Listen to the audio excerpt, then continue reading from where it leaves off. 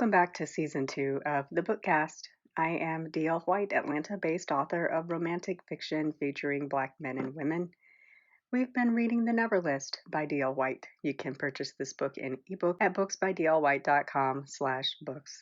If you'd like to join our newsletter community, join us at booksbydlwhite.com/newsletter. And if you'd like to be a part of our bookish community, my little reader group that I'm launching with this book, it's booksbydlwhite.com/community. Join us. Let's begin. Chapter 15. Esme. This is not a date. Not a date, not a date, not a date. I lectured myself all afternoon while I marked up copies of the contract to review with Miller, who was surprised at the progress we'd made while off-site. He agreed that getting out of the office and on common ground was an excellent strategy that I should use where applicable. While I drove home, actually smiling at the Ferris wheel as I passed it on the freeway, I reminded myself not to get excited about having evening plans that had nothing to do with Shonda Rhimes' Thursday night lineup. This is not a date, I told myself as I pulled into my spot in the garage. Tonight's hangout with Trey was just that, a hangout, not a date. But I was nervous like it was a date. I wanted plenty of time to get cute, like it was a date. I had flutters of excitement in my stomach, like it was a date. I showered, changed, fussed with my hair for longer than usual, taking it down from the bun I usually wore and letting the shoulder-length curls fly.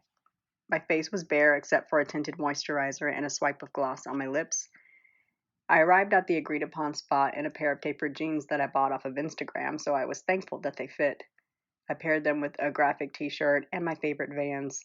My feet were still throbbing from standing in heels all day. I spotted Trey's casual stride in dark prints, loose-fit jeans, black Nikes, and a thin Korean collar shirt in olive green. The sleeves were rolled up to his elbows, giving him a casual, I'm just over here being sexy vibe. Watching him, then noting how his expression changed when he caught me watching him, made my heartbeat gallop. Trey let out a low wolf whistle as he approached, giving me an obvious up-and-down glance. Got me singing Genuine in those jeans. Evening, Miss Whitaker, he said, extending a hand to me. I slapped his hand away. Knock that Miss Whitaker bullshit off. You're only doing it to get on my nerves. He stepped back, then made a show of giving me an up-and-down stare. You dressed down real nice. No suit, no bun, hair all out here. He chuckled, taking in the curls that were probably increasing with humidity. No heels. I'm a little sad. I like those heels. Do you plan on being this quiet storm guy all night? Trey laughed. You don't like it? You don't have to impress me. This isn't a date. You can be Trey. Fine, he sighed, dropping his shoulders, his voice climbing up a few octaves. I will be Trey then. Are you ready to go up? Up. As in the roof? Up. The roof. I guess, I said, not sure that I meant it. This isn't as bad as I thought it would be. I clutched the bulbous globe of a bourbon glass tightly in my hands. I braved a look around the spacious patio at 9 Mile Station, staying seated at our table mere feet from the edge. In actuality, we were at least 6 feet from the edge. There was a steel barrier around the perimeter. Still, you never knew what could happen throughout dinner to make you leap 6 feet sideways and tumble up and over the barrier, so I stayed in my seat. Reservations were required, but they didn't matter since Trey seemed to know everyone from the staff working the floor to kitchen help. He mentioned, offhand, that we'd like to sit out on the patio, so we were shown there and set up at a stainless steel high bar set simply with a votive candle and a glass holder that flickered in the light breeze. The surface was now dotted with china plates, since Trey had ordered multiple appetizers, crudité, spinach and chickpea dip, and smoked trout croquette. We each picked out a drink to try. I chose a smoky, chocolatey, locally brewed barrel-aged bourbon called Tears of My Enemies. We both thought it was appropriate for what we'd agreed to do. The drink made me warm and loose and lusty. I'd known handsome men, particularly in my MBA program. Most were friendly, but once they figured out that the girl with the pretty face and wide hips wasn't handing out sex and blowjobs in gratitude for attention, they stopped showing up for study sessions. Men like those were hell-bent on attaining cream of the crop status that shouted a preference for a certain type of woman, thin, silky-haired, fair-skinned women. They deserved the best, which didn't include a shy, brown-skinned woman who hid her curvy shape under oversized clothes and wore a scarf over her hair to class. I wasn't self-conscious with Trey. Never felt that I should shrink myself or cover up. He was working overtime to get on my good side. I never imagined what a turn on that would be. I was free to be myself, even if that meant I was caustic and sarcastic. I did, though, have to step outside of myself and wonder how the hell I ended up on some rooftop, drinking bourbon, thinking lewd thoughts about a man that I worked with and letting him satisfy more than the minor items on my never list. I squirmed in my seat while my mind wandered toward the possibility I would need a man for sex. Here, right in front of me, was a man. I'd bet anything that I wouldn't have to work hard to get him to agree to cross that line with me. Keep it classy, Esme. He's using you to get what he wants, so make sure you get what you want. Do you come here a lot? His eyes flicked up from the menu and settled on my face. When he didn't answer right away, I clarified my question. You seem to know everyone. You're a regular or you work here? You could say I'm a regular, he said, sliding the leather-bound menu back to the table. Pettigrew developed this plaza. My parents became friends with the owners after they opened. This is one of my father's favorite spots. He'd have me meet him and his VP for a drink on Fridays. Oh, I heard that he had some health issues. Is he? Trey gave me a polite, closed-mouth smile. Alive and well. Getting stronger and crankier by the day. That's good to hear. It is. I want him to get back to work. A waiter clad in an inky black t-shirt and black shorts brought an icy cold bottle to the table and set it on the napkin. He smiled and left as quickly as he came. Trey reached for it. So, tell me about you, he lobbed across the table. Men thought that tell me about yourself question was interesting, but it was such a lazy way to get the woman to carry the conversation that I cringed when I heard it. It rated up there with what do you do for fun, and if I responded that I stab people who ask what I do for fun, suddenly the date's over and I'm a psycho. I lobbed back my usual response. What do you want to know? What do you want me to know about you? What am I all the way wrong about? Where do I have you fucked up at? That that made me laugh. I think you have me pegged, actually. For real? I read you like a BuzzFeed article. BuzzFeed has lists and quizzes like what kind of pizza you are. You, Trey paused, then pointed a long finger across the table. You're a homemade pizza. See? I nodded and giggled. Giggled? Fuck this bourbon. You read me like a book I wanted to finish, but I can't because you spoiled it for me. I didn't spoil it, he argued. Trust me, keep reading. Whatever. I rolled my eyes up to the dusky evening sky and took a dainty sip of bourbon. I don't want to read it now. Figures. And I know you, huh? Stubborn? Obstinate? Know-it-all? He nodded, grinning while he held an Anderson Valley hazy sour ale aloft. You think you're smart, don't you, Trey? I went to Georgia State, too, so I am as smart as you, he replied. But it doesn't take a genius to figure you out. You make it easy. You don't hide your feelings or your personality. Even with strangers, you exude Esmeness. Esmeness, I repeat. Explain this. No nonsense. No bullshit. Bullet train to the point. Ah, my sisters will love that this essence of me has a fancy word. Sisters. How many? I laughed. Two. Two? You make it sound like there's a whole bunch of them. There are a lot. Jewel and Jada. Jewel teaches 8th grade math. Older. Younger. Older by 10 years. They're twins. Identical? I nodded. Do they look like you? I look like them. We all look like our mother. The hair, the eyes, the nose, the skin. He grunted, furrowing his brows while sipping more beer. That's where you get that luminous mocha landscape from. You can tell that we are sisters, but I'm young and single. They're old and married. Trey's head tilted. It made him look like a puppy. And why? Nah. If you ask me why I'm single, I will throw you off this roof. Don't. Esme, you're scared to get out of that chair, and I've got height and pounds on you. You're not throwing me anywhere. Stop knowing me. It's creepy. Trey laughed, then took a long, slow swallow. I tried not to watch his Adam's apple bob as he drank, but, well, he was right in front of me. Couldn't help it. I joined him, bringing my bourbon to my lips. No brothers. I shook my head. I wasn't a planned baby. After I came, they tried again for a boy, but I shrugged. You're their little miracle, then, if you want to put it that way. I do. You strike me as an only child. Trey laughed. That's funny. What about me says I'm an only child? Petulant, demanding to get your way, throwing a fit if you don't, comfortable with silence. I could go on. I get the picture, he said, nervously weaving his fingers through his beard. I'm not an only child. I have an older sister, but we didn't grow up together. Long story. He waved a hand in the air, brushing the subject aside. Missy would probably agree that I act like an only child, though. So, what do you want me to know about you, Trey? He shook his head. I'm a guy with a job. Do you like your job? A shadow crossed his face. It was brief, but I saw it. His lips twisted to the side, and he averted his gaze.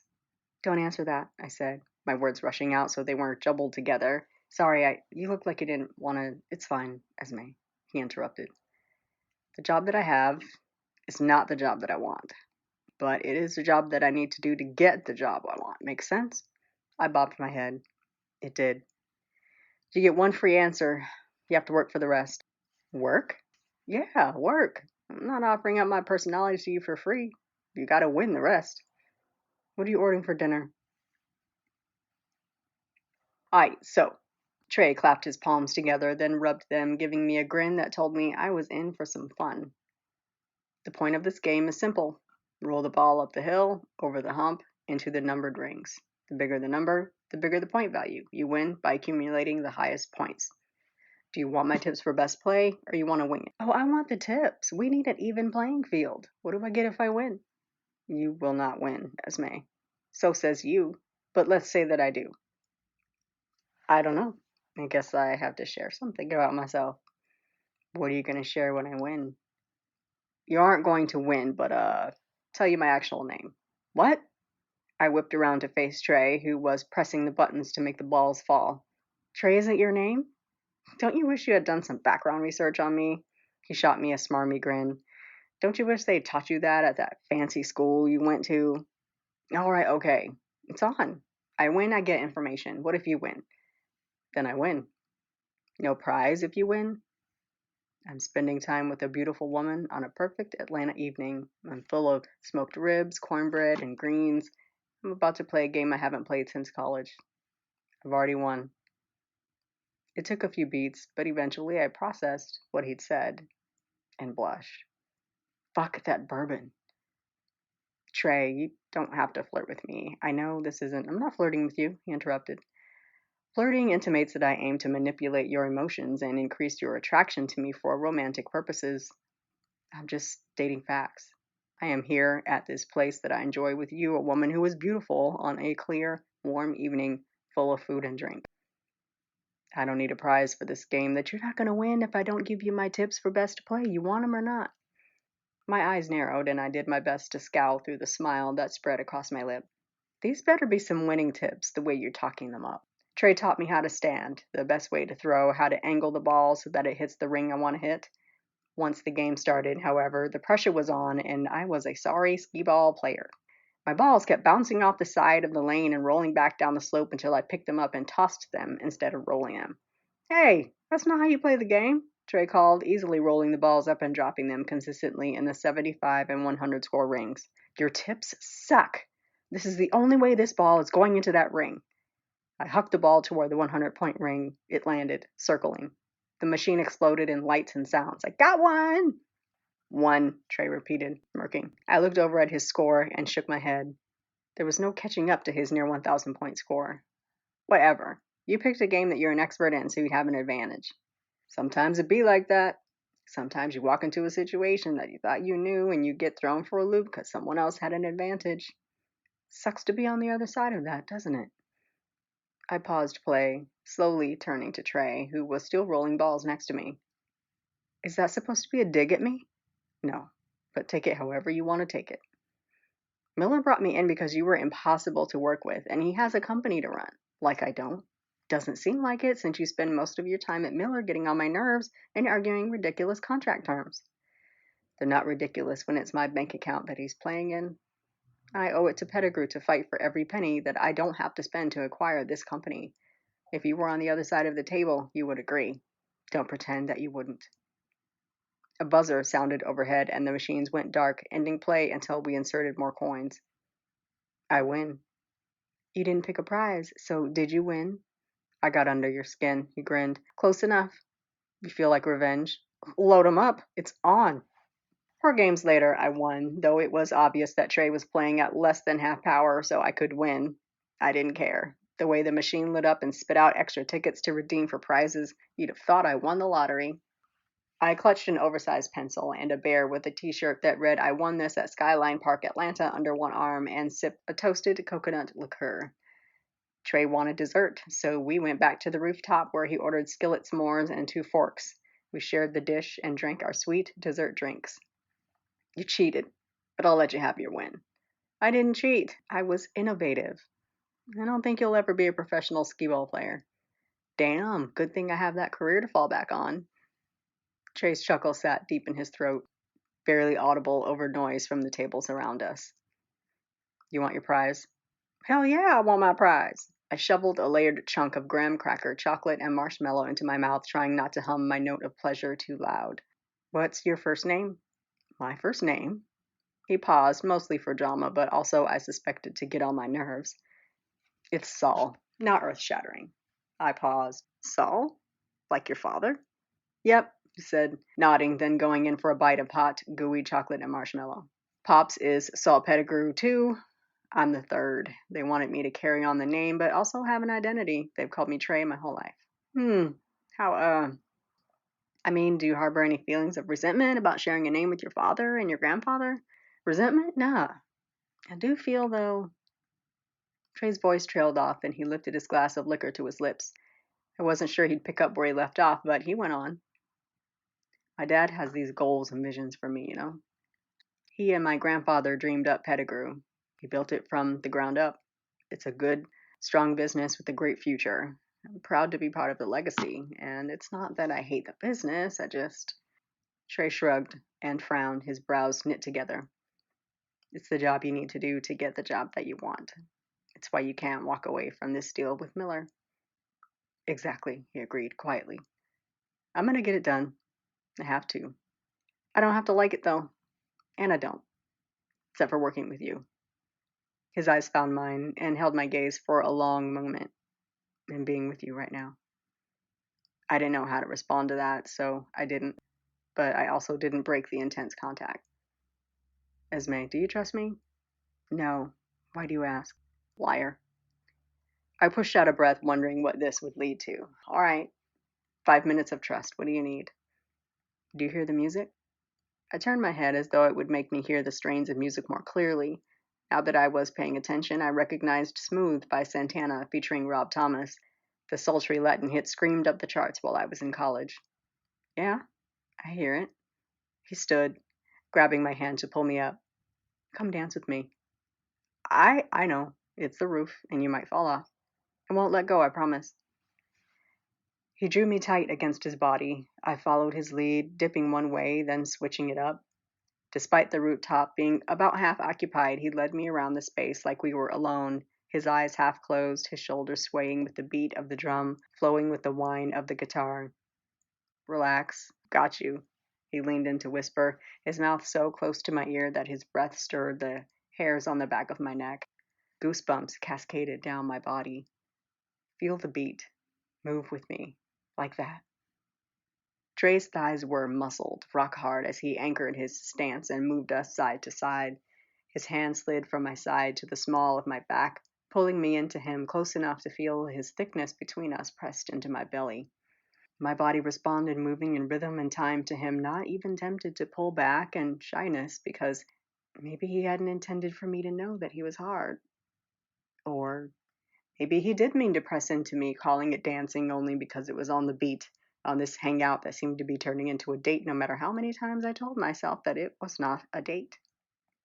Trey inched us back to our table as the song faded out and another began. He headed to his seat and stopped and bent to kiss me.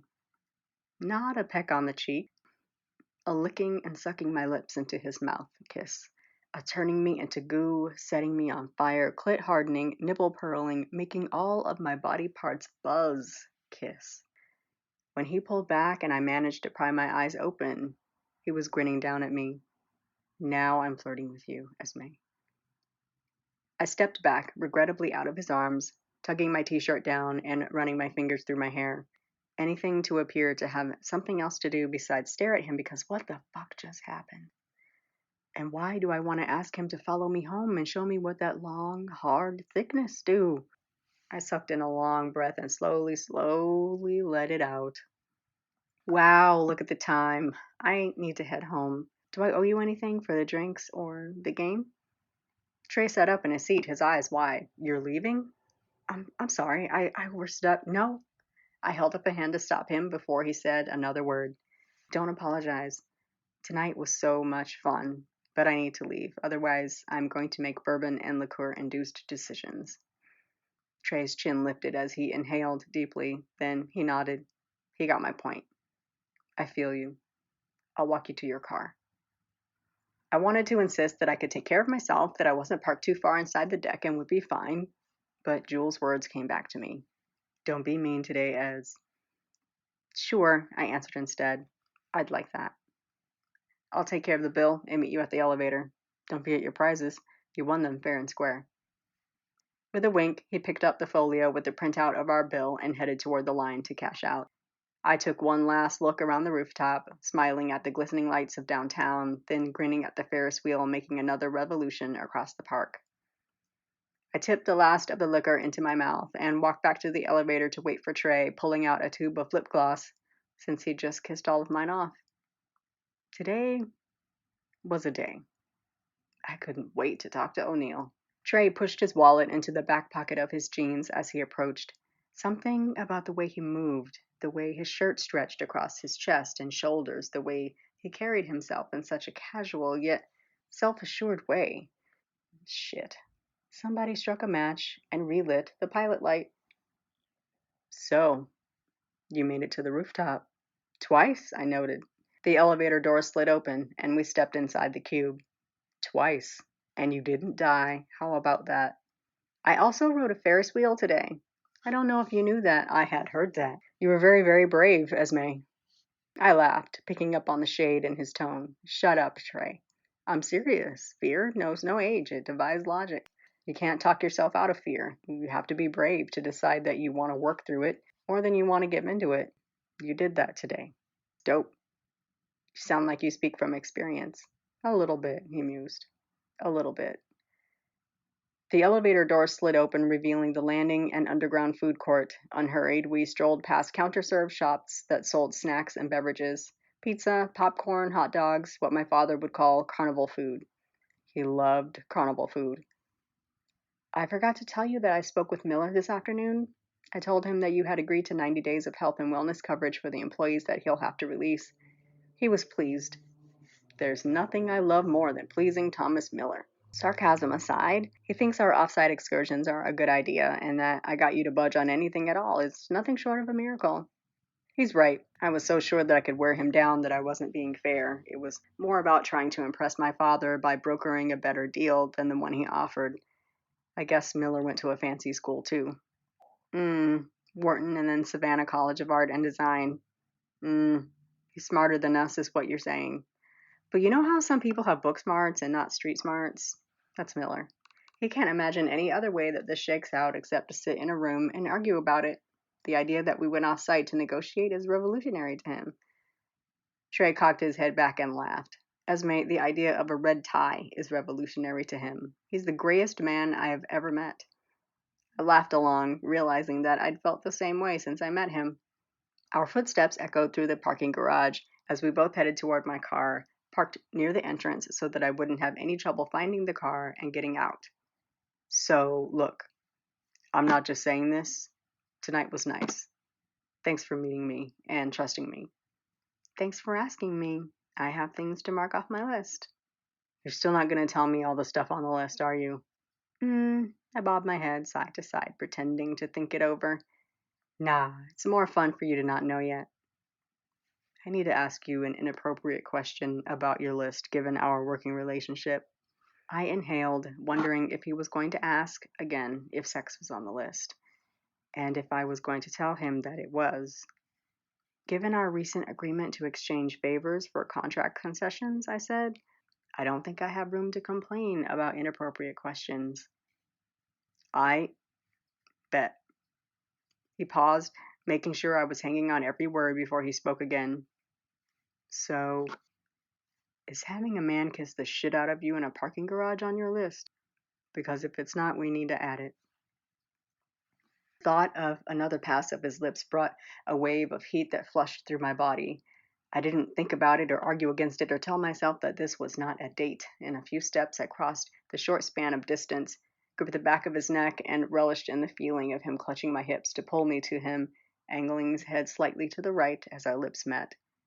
He growled low, slipping his tongue between my lips. Unlike the kiss before, it was sensual and slow, more intimate and intoxicating than a fevered, passionate smashing of our mouths together. With a groan and then a short exhale, Trey released my body and my lips. He swiped a hand across his mouth, frowning at the film of gloss. I thought women wore that paint stuff that doesn't come off when you kiss. I wore that earlier. I should have kissed you on the Ferris wheel like I wanted to. You wanted to? Woman? Trey let out a little chuckle, then reached up to scratch his neck while giving me a squinty smile. I wanted to kiss you since I asked if I could take your chair and you damn near cussed me out. I did not. You almost called me everything but a child of God, as my mother would say. My cousin said you were flirting with me. Your cousin is right, but he shrugged, then balled one hand into a fist and punched it into the other flat palm. I got what I deserved. I was rude. I hope I have more than made up for that. I nodded. I was rude too. I gestured to the arousal that had to be embarrassing, but he was calm about it, and I know I have made up for that. He stepped around me and reached for my driver's side door, but it wouldn't open until I slid my finger across the sensor. He pulled the handle and held the door open. You need to get into your car and drive away. Bad decisions are about to be made. Amen, I agreed in my head. I slipped into the driver's seat and waited until he firmly pushed the door shut before I pressed the start button and the car purred to life. The seatbelt automatically moved to enclose me in the car. I reached for the gear shift and put the car in reverse, then backed out of the spot while Trey stood a few feet away, watching me pull out. I watched him wave from the rearview mirror. I waved back and headed to the exit. My body was on fire, but not from the alcohol. My mind flashed memories of the day, the evening, the kiss, and then the other kiss. Somehow, I was supposed to get up the next morning and sit in that little room and look Trey Pettigrew in the eye and pretend that my vibrator didn't get a workout as soon as I got home, and that I was no longer trying to pretend that I wasn't thinking about Trey. Chapter 16. Trey. My phone buzzed its usual alarm, but I was already awake. Sleep had been hard to come by all night. I'd come home last night, prepared to shower and crawl into bed, except I wasn't tired. My brain and my body competed to see which could bounce me off the walls harder, first with elation at gaining Esme's trust, enough to get personal and up close. In the next moment, I berated myself for making that move. A personal connection based on what I knew was a mutual attraction could cause problems and a conflict of interest. Why couldn't I control my mouth and my dick? It was a good thing I had no plan to keep my attraction to Esme a secret. I needed to expel some energy, so I changed into a pair of basketball shorts, a sleeveless t-shirt, and my biking shoes, and hopped on the Peloton for the late night ride, a hip-hop themed HIIT cycle class. The instructor, Sharita, had a sculpted body that was a work of art and the perfect bald head. She wore bangles and chains that made little ringing noises that rode under the sounds of J. Cole, Big Sean, and Kanye West. It helped me stay in rhythm and on pace. I loved her class when I could catch it. When I still wasn't tired enough to sleep, I tapped out a quick text, grabbed a racket, and headed down to the basement of my building. 1288 Towers was a mid-rise condo complex offering safe and luxurious living in the heart of Atlanta. I walked through the brightly lit social corner that overlooked the pool and jacuzzi. The area was dotted with plush couches, oversized chairs, and bistro tables. One of two well-stocked bars had a few patrons as they were about to wrap up for the evening. I passed them both, rounding the corner to the fitness center and racquetball courts. I keyed in my passcode and entered Court 1, letting the door slam shut. I paced the wood floors of the oblong, glassed-in room, listening to my footsteps echo and bounce off of the windows. swiping the air with the racket every few seconds. Behind me, the steel door opened, then latched closed. Well, well, well. Look who made it to midnight racquetball. I didn't need to turn around to know that Ken was happy to find me in his favorite spot in the building.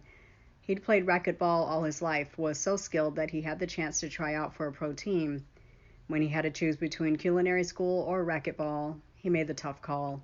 Still, he liked to hit the court every night after the restaurant closed. It helped him to decompress so that he could sleep, then do it all again the next day. I knew a thing or two about that. I would explode if I didn't work off some extra energy. Thought I'd join you if that's okay. You kidding? I'm looking forward to kicking your ass, he crowed, pulling a few small bright blue balls from the bag that he kicked to the side of the court out of the way. I heard the velcro of his gloves as he tightened them, the squeak of his shoes on the freshly varnished wood. I could use the competition. You look like you've got something sitting on your shoulders. Rough night? Actually, I mused, smiling to myself while gripping my Ectalon racket and moving into place for Ken to serve. It was a really good night. I can't wait to hear this. So, remember that deal I'm fucking up? Whap! The ball whizzed past me and slammed into the wall at the end of the court. I ran to intercept, swinging to make contact and send it back. Then it was Ken's turn to race, diving to just barely lob it back. Yeah, what's up with that? Did you fix it? Enough that pops us off my back for the moment. The hard rubber made a hollow sound as it hit the ground. I reached, easily sent it back to the other side of the court. Thing is that my target hired a contract administrator, somebody to work out the finer points of the deal. I guess I was being a pain in his ass. You? No, I don't believe it. Slam! Ken executed a perfect splat, sending the ball forward and to the right. I crossed the court, sending the ball with a nice back shot. So it's some pencil pusher nerd?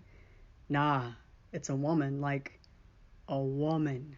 Ken turned on a heel, the ball in one hand, racket in the other, both propped on his hips.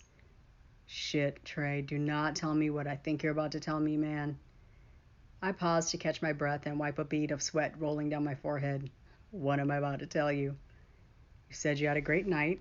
I'm guessing it has something to do with this contracts chick. Woman. Her name is Esme. This woman, Esme. So you had a late working session or something sexier? In between. We had a good working day, so we decided to hang out. She met me at Pont City Market. We had some drinks and dinner on the rooftop at 9 Mile Station and played some games. Then we had dessert. Talked a little. Danced a little. Danced! Hardly contract negotiation activity. I kissed her. I interrupted. Unsure why I felt like I needed to confess to Ken, or why I instantly felt lighter and less frazzled when I did. Kissed her. Ken's blank stare said a lot. Twice. I couldn't help it. She's so fucking is what's on your brain while you're at the courts at midnight when I usually have to drag you down here because you need your princely rest. My job takes a lot out of me. I'm up at sunrise, unlike you. Ken laughed, then dropped one of the balls he was holding. He swung his racket, bouncing the ball against the wall. I'm not that far behind you. I laughed. 10 a.m. is so many hours past sunrise, man. Anyway, you kissed her. Twice. I take it the feeling is mutual? She kissed me the second time. And you think you can still work with this woman? It's not like I was the only one having a good time. She could play you to get you to agree with whatever Miller wants, or I could play her to get what I want. The sound of the ball hitting the wall stopped echoing into the ceiling. You're playing her? No, man, no one's playing anyone, but I am trying to get close to her. I don't want her to see Pettigrew as this giant conglomerate monster with no feelings. I'm not trying to eat Miller's company alive and spit out the bones. I want the best of both worlds. Ken's eyebrows rose. Kissing her gets your point across. Look, I know, it's dangerous ground, but... I turned, pacing the room. I don't care, which is also dangerous. She must be an amazing woman for you to not feel Pop's breath on the back of your neck. I slowed my steps, glancing back at him before I resumed pacing. Ken hissed a breath through his teeth. Wow, it's like that? What makes her worthy of thumbing your nose at the job you need to do? That's the thing, we're actually getting work done. We came to terms on a contract point that Miller and I have been arguing over. I filled Ken in on the background, stopping short of my deal with her to clear her list, mostly because I was so confused about it. While we talked, we casually served and returned the ball. Less strenuous play, more to keep our hands busy. So tonight was strictly about being with a beautiful woman in a place where we could relax, be one-on-one. I had a good time, and I know she did too. I haven't felt this in a long time, you know? The urge was so strong, it was hard to deny it. She was hard to walk away from. Hence being down here looking at my sweaty mug, Ken lifted his wrist to eye level to check his watch. Nearly 1 a.m. I lifted my shoulders, then lowered them and exhaled a cleansing, calming breath. Anyway, I put her in her car before I could talk myself into thinking I should ask her to come home with me. So, knowing that you probably have to wait until this deal is done to act on your feelings, will you be able to look her in the eye, share the same air and working space with her? Pops won't be interested in this burgeoning love story, as romantic as it is. Can you be the pit bull you need to be to close this deal? Most definitely, I told him. But keep your racket handy. I'm gonna need to work off a lot of energy. Hell yeah. Ken gave the ball a hard bounce, then served. Heads up. Ken and I slammed the ball around for over an hour, then, drenched in sweat, so exhausted that we were weaving down the hall to the elevator, we headed back upstairs. Ken lived 2 floors below me, so he slapped me a high five and got off on the 8th floor. I climbed to 10 and got out, then traveled the hallway to my condo. When I got inside, my phone, which I had left on the charging pad, lit up with text messages. Good luck, man. Haven't seen you this crazy over woman in a long time. Get the deal done first. I'll cater the wedding, haha. Don't even play, I mumbled. I set the phone back on the mat and headed to the shower, peeling off my clothing as I went. I already knew, though. The first opportunity to get closer to Esme that it presented itself, I'd likely take it. Damn the consequences. Chapter 17. Esme. I woke up tired. A good tired, a worn-out tired. I drove home in a horny fugue, pulled off all of my clothes, and fell into bed. I drifted to sleep while watching one of my favorite black romance movies, Love Jones, for the millionth time. I watched the action on the screen, in my mind flipping the scenario with Trey and me, that he showed up at my door like Darius showed up at Nina's place, that I let him smooth talk my boy shorts right off my body, then rode my vibe on the highest level while I imagined Trey taking me to places I've never been. Literally. The Roku screensaver lit the still dark room with a purple glow. My sheets were rumpled around me, my nightshirt bunched up around my hips, and my headscarf was on the floor next to the bed. Apparently, I had a fitful night of sleep. Naturally, my mind drifted to the evening before, and that man, and, being honest, his dick, which I hadn't stopped thinking about since it made its presence known, and since I was beginning to consider letting him get very close to me very soon. Did Trey sleep naked? Did he let his erection fly? Did he restrain himself with briefs, boxer briefs? Was he thinking about me, the muscles in his arms and chest rippling, his breath catching while stroking himself lazily in the bed? Or would he hop in the shower, breathlessly pumping to orgasm under the spray of water? More importantly, when I saw him today, would he act like last night was an anomaly, a one-off? That those kisses never happened, that we weren't vibrating off of each other's energy, and that both of us decided to go home because if the situation were different, we'd have had sex? Or were tempted and primed to have sex until he found out that I was a virgin. Then he'd pull back and beg off, insisting that we should just be friends because a grown-ass man wanted to stumble through a virgin's first time. Stop it, I mumbled aloud, tossing the light comforter back and rolling out of bed. You're getting ahead of yourself. I paced myself through my usual morning routine, a few minutes of deep breathing and intention setting on the yoga mat, a shower, and a yogurt, berry, and flaxseed smoothie. And then 2 chicken sausage links because that smoothie didn't do anything for me but keep me regular. I'd be chewing off my arm by 10 a.m., and Trey was probably not taking me to breakfast 2 days in a row. I wondered if Trey could cook. He seemed to eat out a lot. I dressed with care in a rose gold drape neck shell, pairing it with a black asymmetrical hem skirt and a short blazer. I fastened the ankle straps around a pair of low heel sandals that showed off a pink pearl pedicure and still looked fresh, and grabbed my bag. What was Trey wearing today? Did he take as much care in looking casually seductive as I had this morning? I liked him in blue. His undertone made him striking in shades of blue. I hopped in the car, fuming at myself because I didn't leave time to go to Brew Bar. I could be late, but I hated lectures on being late. Besides, I prided myself on being a professional, which included arriving on time. I'd have to make do with the hot brown water that they called coffee at Miller Design. At least, they stocked flavored coffee creamer. Did Trey drink coffee? He never brought a travel mug or a to-go container with him. At breakfast, he had juice. I turned into the parking lot at Miller Design with a few minutes to spare. Trey's dark maroon Acadia was parked right up front, clear of the trees that dropped flowers and branches on the other cars. His truck was spotless down to the rims and gleamed with the shine of a recent wax. "Good morning, Jenny," I called, pulling open the front door and digging my security badge out of my bag. Trey wasn't in the lobby as I'd expected him to be. "Is Mr. Pettigrew already here?" "Yes," she answered, angrily pounding keys while cutting her eyes at the closed door a few steps away from the front desk. "He must get here at a ridiculous time because he is always waiting when I pull up. Then he paces in front of the front desk, back and forth and back again, and takes calls on speaker and pounds on his laptop until you get here. Yesterday, I gave him dirty looks until he took his phone call outside." That made me want to laugh, but I stifled it. "So today," she continued, "I let him back there to sit in that room you usually work in. He had a bunch of stuff with him anyway. I told Thomas that he's driving me crazy, and if they decide to keep me when they take over, I want a raise for having to deal with him." "I'll see if I can work that into the deal," I told her, then swiped my badge across the reader.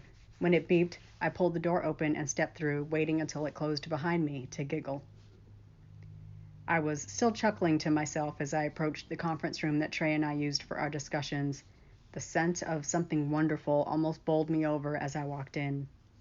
2 tall cups from Brew Bar were on the table, alongside a box of mini cappuccino muffins. Napkins, sugar, cream, and stir sticks were piled on a short stack of small plates. Trey was in his usual spot, his head bowed over his tablet. I strode into the room toward the chair that I usually sat in.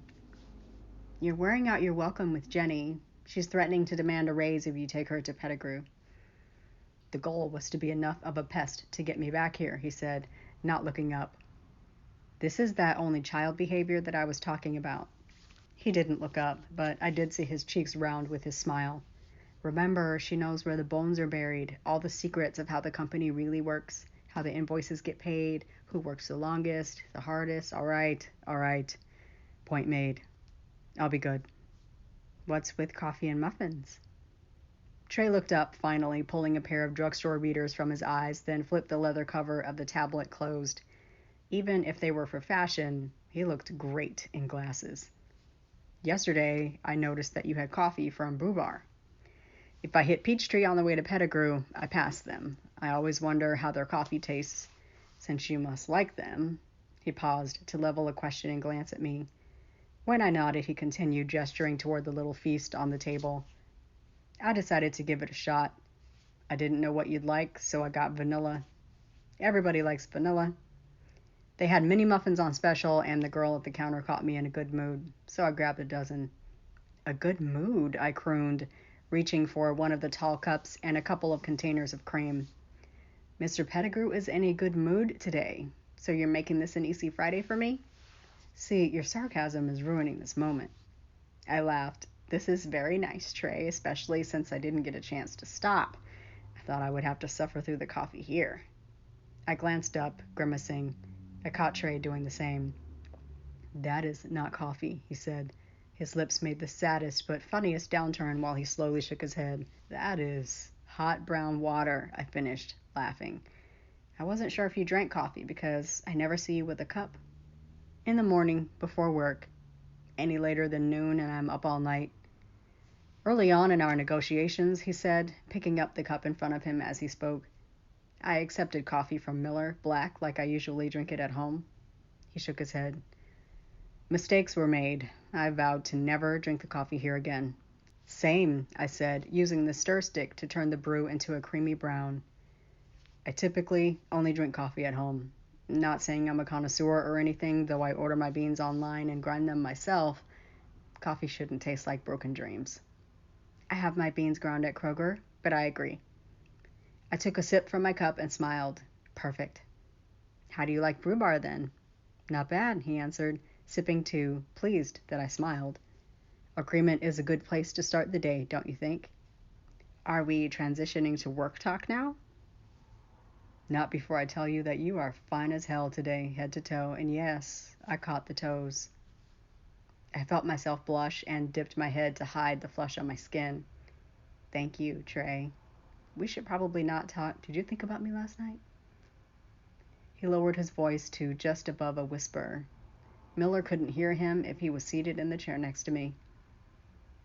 After you went home to your cozy South Atlanta home, took off those tight-ass jeans and that cute t-shirt and that bra that must have cost a fortune because it had your titties sitting up just right, did you think about me?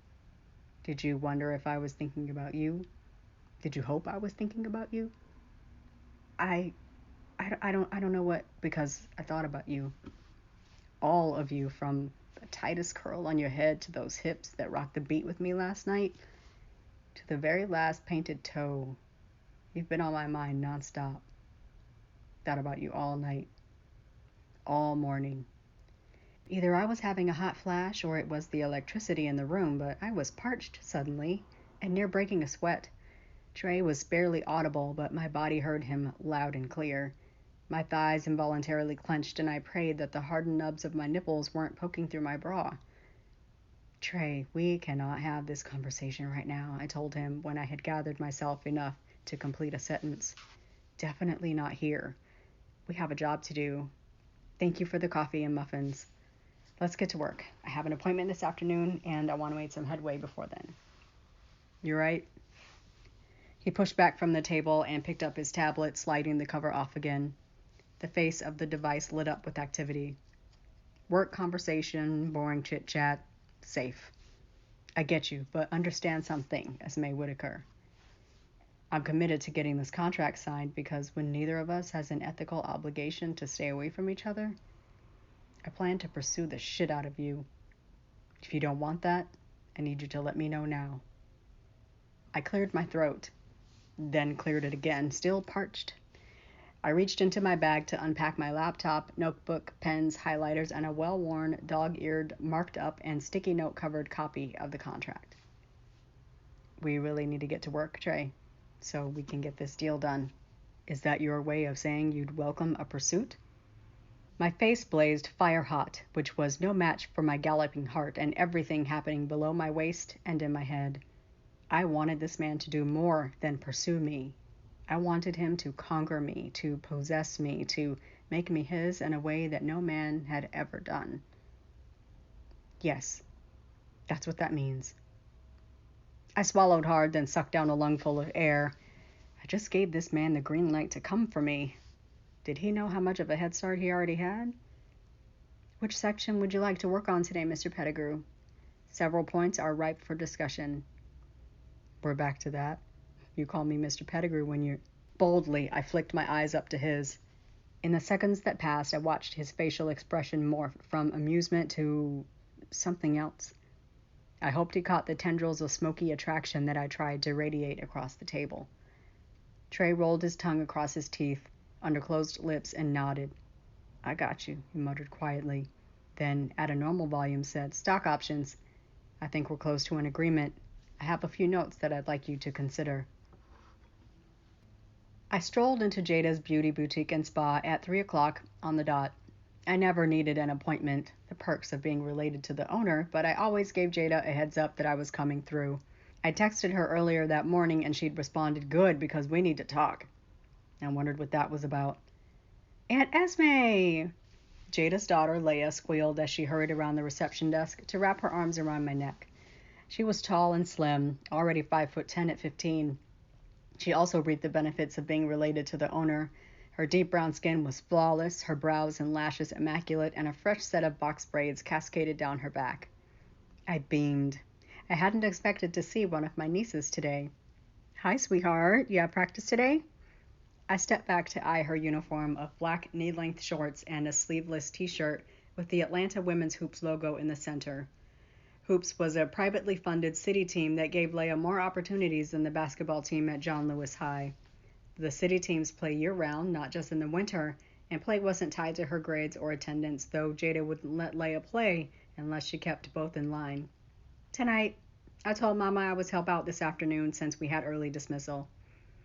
"Did you really have early dismissal, or did you get bored and leave school?" Leia cringed. She had to know I'd bring up that time my gifted and grown niece was so bored with the material being taught that she left school in the middle of the day. After that, Jada looked into switching her to advanced classes and put her in basketball, anything to occupy that enormous brain. Her brother, Courtney, was on the same path. "Why you gotta bring up old stuff, Aunt Esme? Let it go." "Because I'm your auntie, and it's my job." The phone trilled a ring throughout the airy sunlit salon. I tapped Leia on the shoulder. "Get back to work. Where's your mom?" "Out on the patio," she said, before picking up the line and crisply delivering the standard greeting. I weaved through the salon, saying hello to Jada's longtime staff. Some were at their chairs creating art with hair, some in the massage rooms working out stress, and some at the nail bar.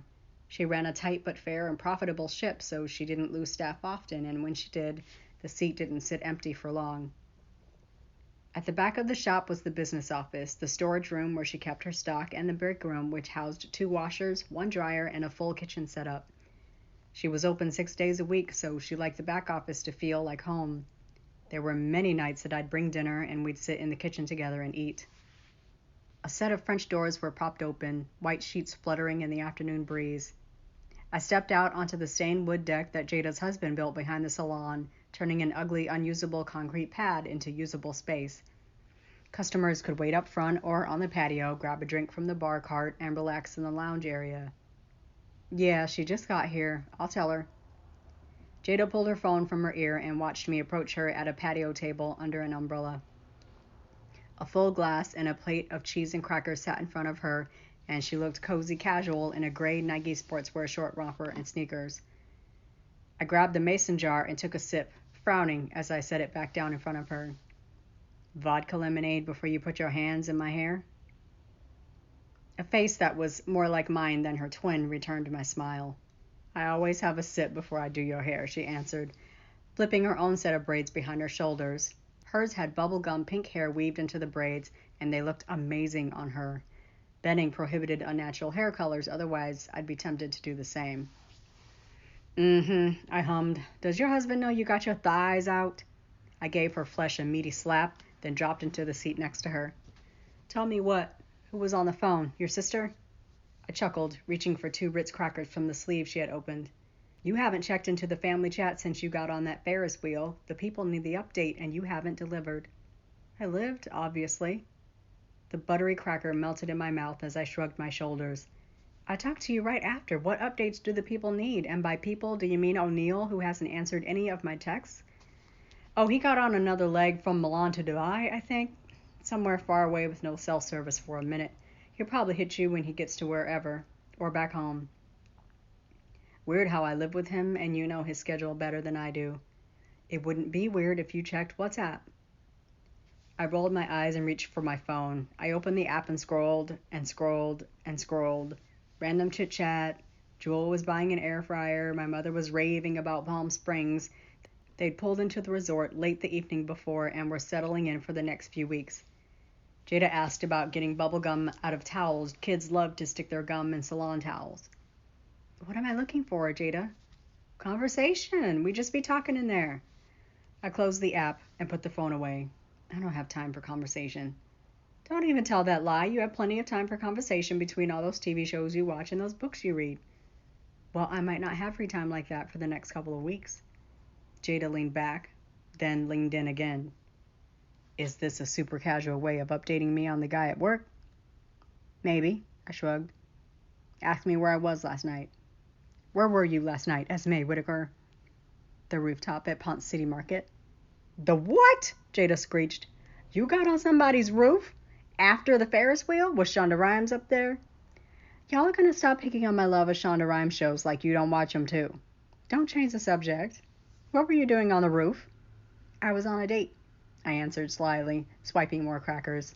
With the guy from work. Can you do that? Date him and work on the contract? Not really, I shrugged. We're not dating, we're hanging out. Uh-huh.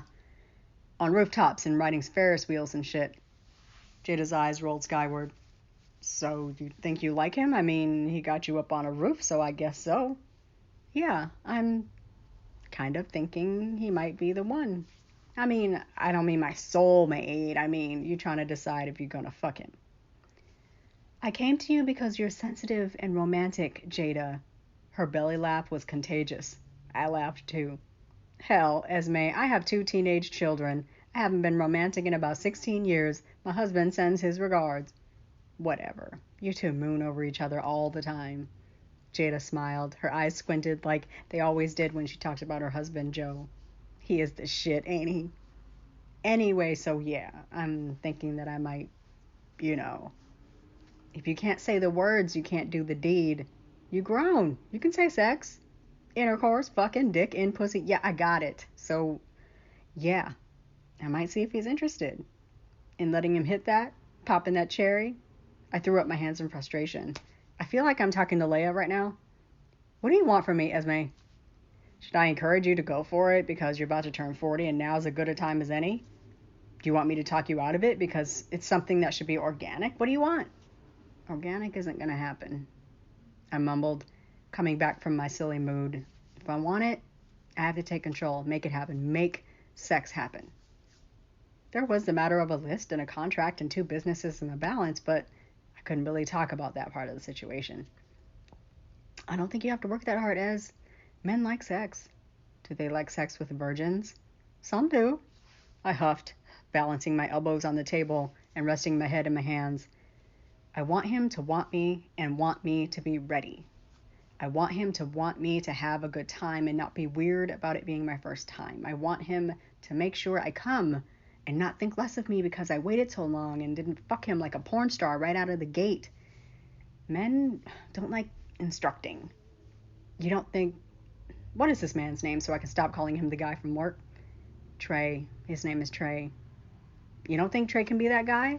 Tell him what you need. Can he deliver or not? I sat up then. So today he told me that when this contract is out of the way, he plans to pursue me.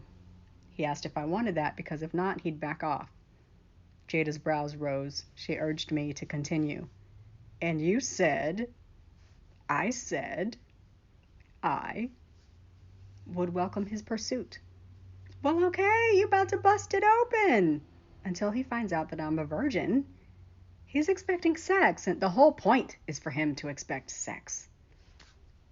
I don't want to feel like I'm tricking him, like getting him to the point and then springing it on him, but I also know from experience that men fade away when you tell them that you didn't have the same history that his last 5 girlfriends had. The women that came before you have nothing to do with you. They're none of your business. There's no wrong answer here, Ez, but I promise you can make this happen without tricking him into sleeping with you.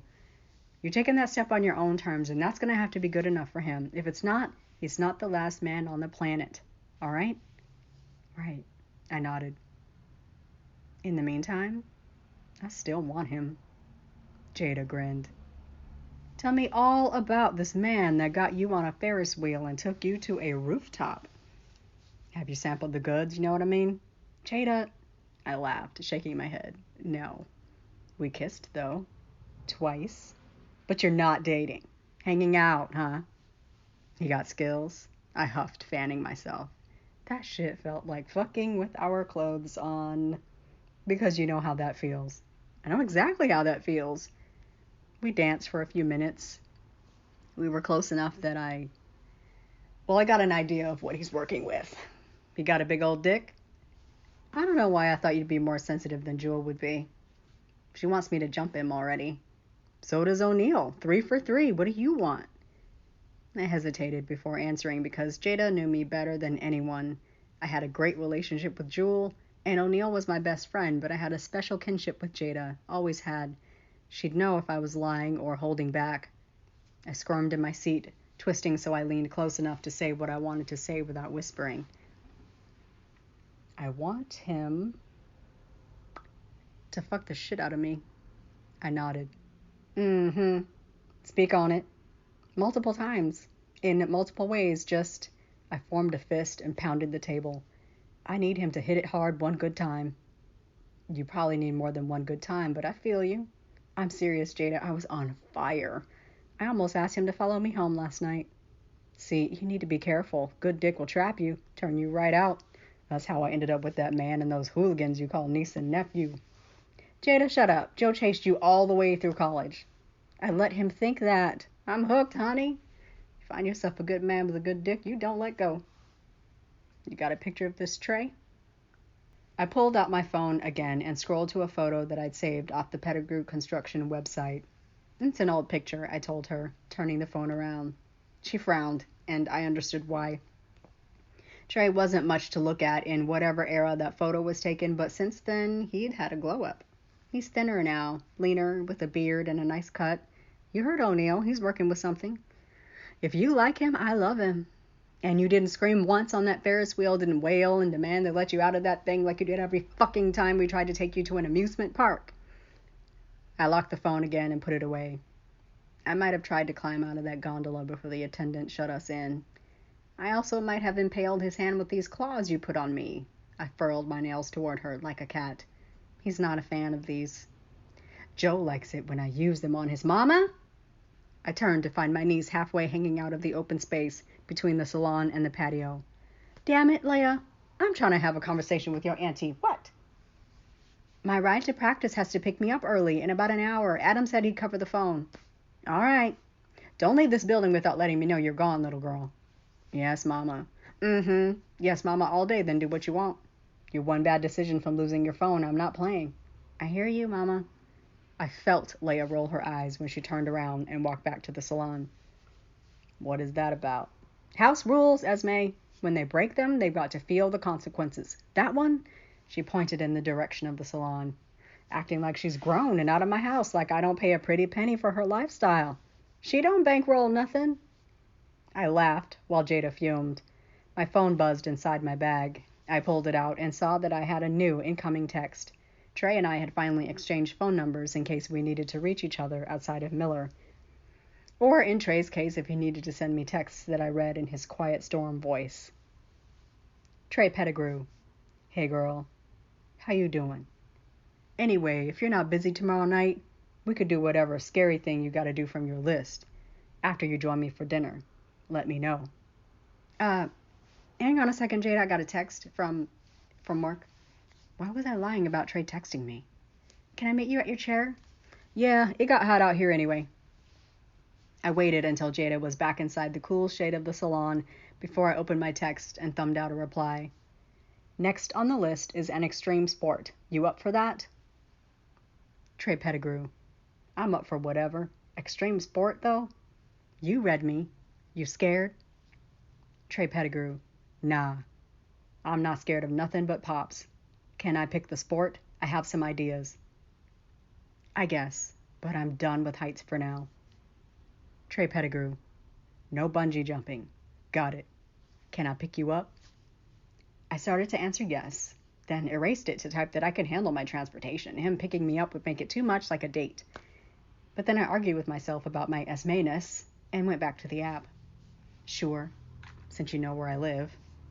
No sushi. Trey Pettigrew.